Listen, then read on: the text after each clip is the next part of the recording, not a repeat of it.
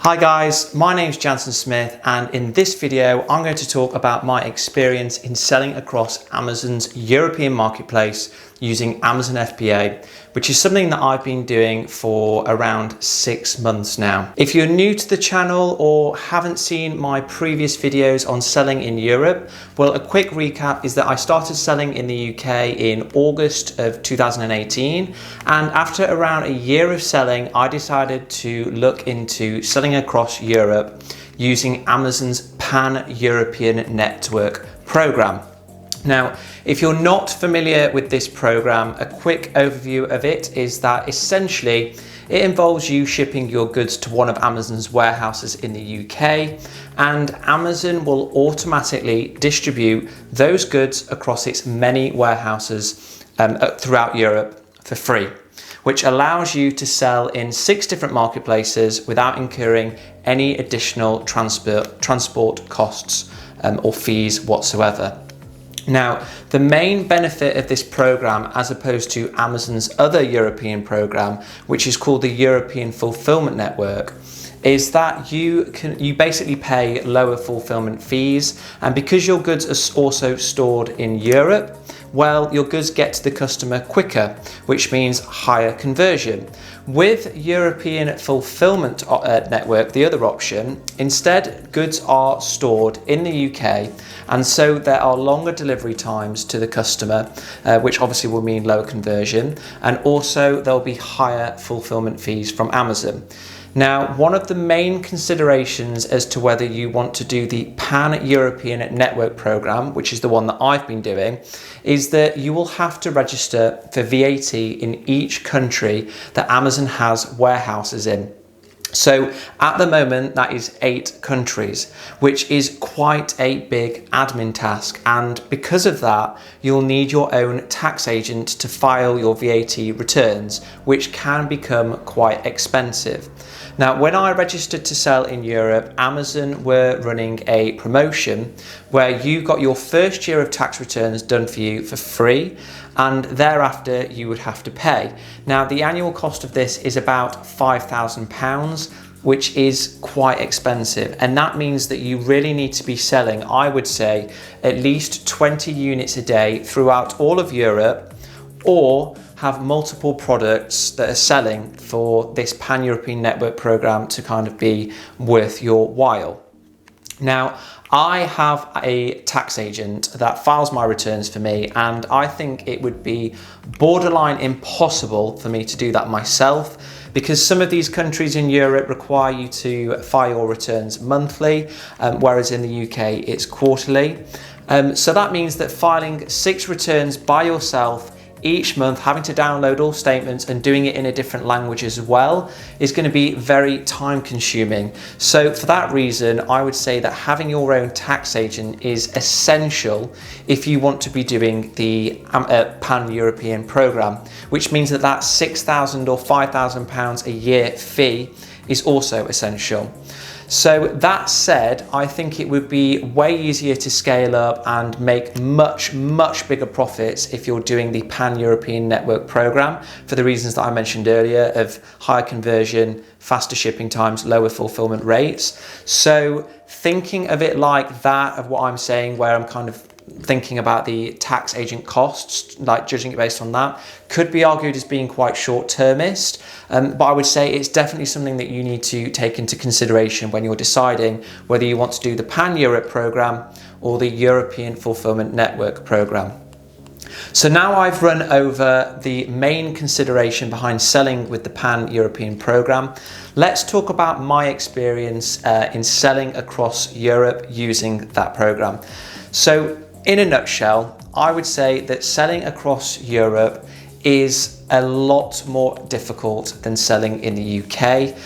The main reason for that is because of the language barrier. Now, when you first create your listing across each of the marketplaces, you can't just have your English listing automatically translated and think that you can start selling. You effectively, what you need to do is rebuild your entire listing again, due to the fact that, for example, French people probably search for a product using different keywords than what an English customer might. So you basically need to rebuild your listing again, do all your keyword research again in a different language, which is difficult, and is just as difficult as it sounds. If you're not familiar with the language that you're researching, then it's going to be quite a slow and lengthy task. Now, it's not impossible by any means, but as I said, it's quite difficult, and to be honest, with something like that, it's probably worth hiring a professional, somebody that's fluent in the language that can do it for you, which obviously means it's going to cost a bit of money and take a bit more time. And it's not as simple as just translating your listing like that and immediately selling if you want to be professional and to sell well. Now, secondly, if you are going to be using pay-per-click advertising throughout all these different regions in Europe, then of course you are going to have to do your optimization work and your keyword picking in a different language, which again is difficult and time consuming. Now, it's not impossible, but as I've just mentioned, it's something that takes a bit more time and a bit more effort, and it's something that I've been doing in German. I've been managing to get by with it, but it is difficult, and it's a lot more difficult than doing it in a language that you speak fluently in. Now, the third reason that the language barrier becomes a bit of an issue is customer service. I have had multiple emails come in from customers throughout Europe asking me questions in French, Spanish, German, and I haven't been able to answer them in a professional manner because I don't speak the language, and instead I've just had to download their question into Google Translate, type a response out in English, and then have it translated. And as you probably know, with Google Translate and any of these automatic translation services, sometimes it's not accurate, sometimes it doesn't make sense, and sometimes it won't even be answering the question that the customer's asked. So if you want to be able to answer questions properly and be able to provide great customer service with follow-up emails, then you're probably going to need to hire a fluent speaker to help you, which you might not want to do because of the additional costs. Now, in terms of the actual positives, and there are definitely some in terms of what you get when you sell across Europe, or in my experience, I would say that one of the main ones is the relative lack of competition. Because of low stock levels, recently I have been selling without any pay-per-click advertising at all. And despite that, I've managed to get a few sales each day throughout Europe, which is mainly due to the lack of competition, which basically means that I'm experiencing higher profit margins than I do in the UK, where I kind of need to do a bit more pay-per-click advertising because of the increased level of competition. Now, with pay-per-click advertising in just the German market, I was able to add an additional 10,000 euros to my revenue in December before I sold out because of the Christmas rush. Now, that said, I do think that my sales do have potential to be a lot higher than this. But because I haven't been able to properly focus on getting the right amount of stock in because of like the ongoing coronavirus and various other delays, I haven't really been able to go full throttle throughout Europe. But I am genuinely quite confident that once I do get my next stock order in, within the next couple of months, I'll be able to rank a lot quicker than I was able to in the UK, and that my sales will be a lot higher. So I haven't really been able to properly road test launching and selling 2 products throughout Europe because of selling out quite early in December. But I am very confident that once I do get that stock in, sales will be 10,000 to 20,000 extra versus what I get in the UK. Now, one of the main advantages of selling in Europe, in my view, is that you are making your product available to up to an additional 300 million shoppers with less competition than in the UK, meaning that it should be quite easy for you to start racking up those sales and making more profit. Now, one good thing thing that has recently happened, a good change by Amazon in my view, is the change in the product review system. When I very first launched in September, October time last year in Europe, I had to start from scratch with 0 reviews, which, to be honest, made launching very difficult to do because I didn't know anybody in Germany or France or Spain that could buy my product to leave me a review. Now, recently, Amazon's made a change where they basically combine all the reviews of a product on a marketplace and show those reviews across all marketplaces. So now my product in the UK has, say, 500 reviews, and the same product on the German listing, instead of having 0 reviews, it also has 500 reviews, which basically has increased my conversion rates massively and means that it's a lot easier to be able to sell than it was previously before Amazon made that change. Now, one of the main takeaways that I've gotten from selling in Europe over the past few months is that it makes selling on Amazon FBA a lot more like a real business that you actively have to manage instead of a passive one. And the reason for that is because instead of just selling on one marketplace and having one listing, you've now got to manage 6 marketplaces and 6 listings and 6 pay-per-click advertising campaigns, and to deal with all the customers that you get associated with any orders on those marketplaces. And because of that, managing those marketplaces and doing all of that becomes a lot more time consuming.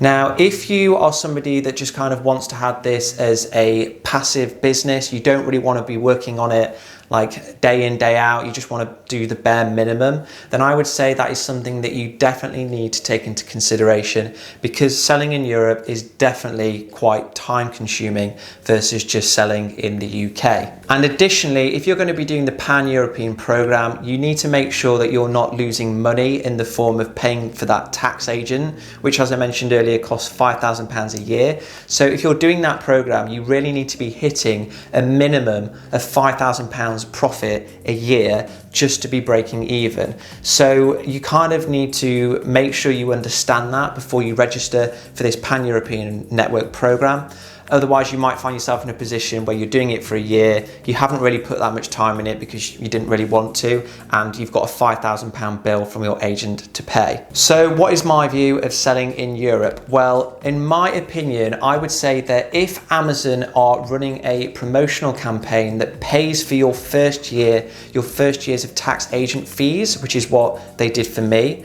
then I would say 100% go for the pan-European program, because you've got nothing to lose, and it will allow you to get those reduced fulfillment costs, higher levels of conversion, and to properly be able to test the waters to see if the pan-European network program for you is a profitable option. Now, if they're not running the promotion,